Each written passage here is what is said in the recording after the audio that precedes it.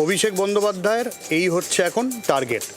রামপুরহাটের সভা থেকে অভিষেক বন্দ্যোপাধ্যায় বলছেন 250 টার্গেট করতে হবে এবারের নির্বাচনে, এবং বীরভূমে বিজেপিকে কি করতে হবে?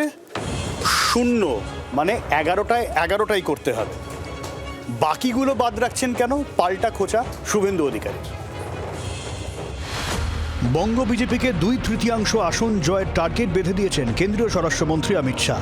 এক ধাপ এগিয়ে 220টি আসন জয়ের লক্ষ্যে দলকে ছাপাতে বলেছেন বিরোধী দলনেতা শুভেন্দু অধিকারী। এবার সেই সংখ্যাও ছাপিয়ে গেলেন অভিষেক বন্দ্যোপাধ্যায়। 26-এর বিধানসভা নির্বাচনের জন্য দলকে নতুন টার্গেট বেঁধে দিলেন তৃণমূলের সর্বভারতীয় সাধারণ সম্পাদক।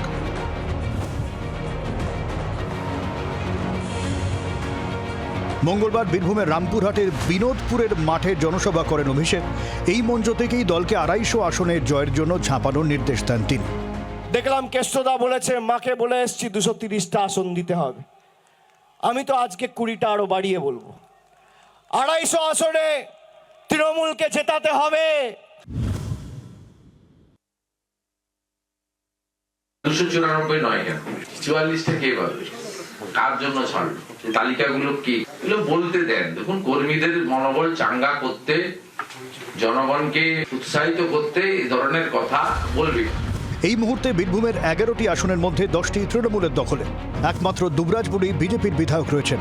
26-এর বিধানসভা ভোটে বীরভূমকে বিজেপি শূন্য করার ডাক দিলেন তৃণমূলের সর্বভারতীয় সাধারণ সম্পাদক।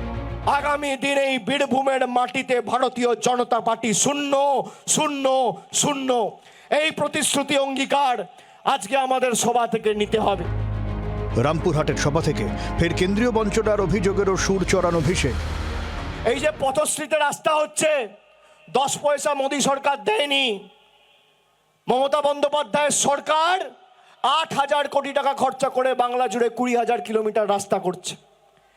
এই বীরভূম জেলায় 10 লক্ষ 11 লক্ষ মহিলাকে লক্ষ্মীর ভান্ডার দিয়েছে, মোদী সরকারের কোনো অবদান নেই।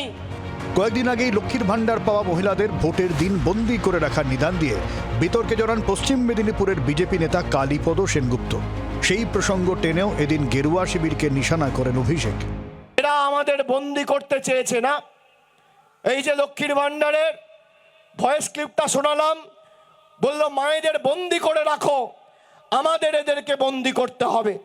চলবে না অন্যায়, টিকবে না ফন্দি, জনতার আদালতে করতে হবে বন্দী। এদিন সভা শেষ করে তারাপীঠে মাথা ঠেকান অভিষেক, মন্দিরে পুজো দেন। কিন্তু অভিষেকের কর্মসূচি ঘিরে সবচেয়ে তাৎপর্যপূর্ণ ছবি দেখা গেল রামপুরহাটের সভায়। অভিষেক পৌঁছানোর আগেই মঞ্চে পাশাপাশি বসে কথা বলেন অনুব্রত মণ্ডল ও কাজল শেখ। ভোটের আগে ফাটল কি জোড়া লাগলো, নাকি সবই মায়া? ক্যামেরায় রতনের সঙ্গে প্রবীর ও প্রসেনজিতের রিপোর্ট, জি 24 ঘন্টা। বাংলার আওয়াজ, বাঙালির আবেগ, জি 24 ঘন্টা।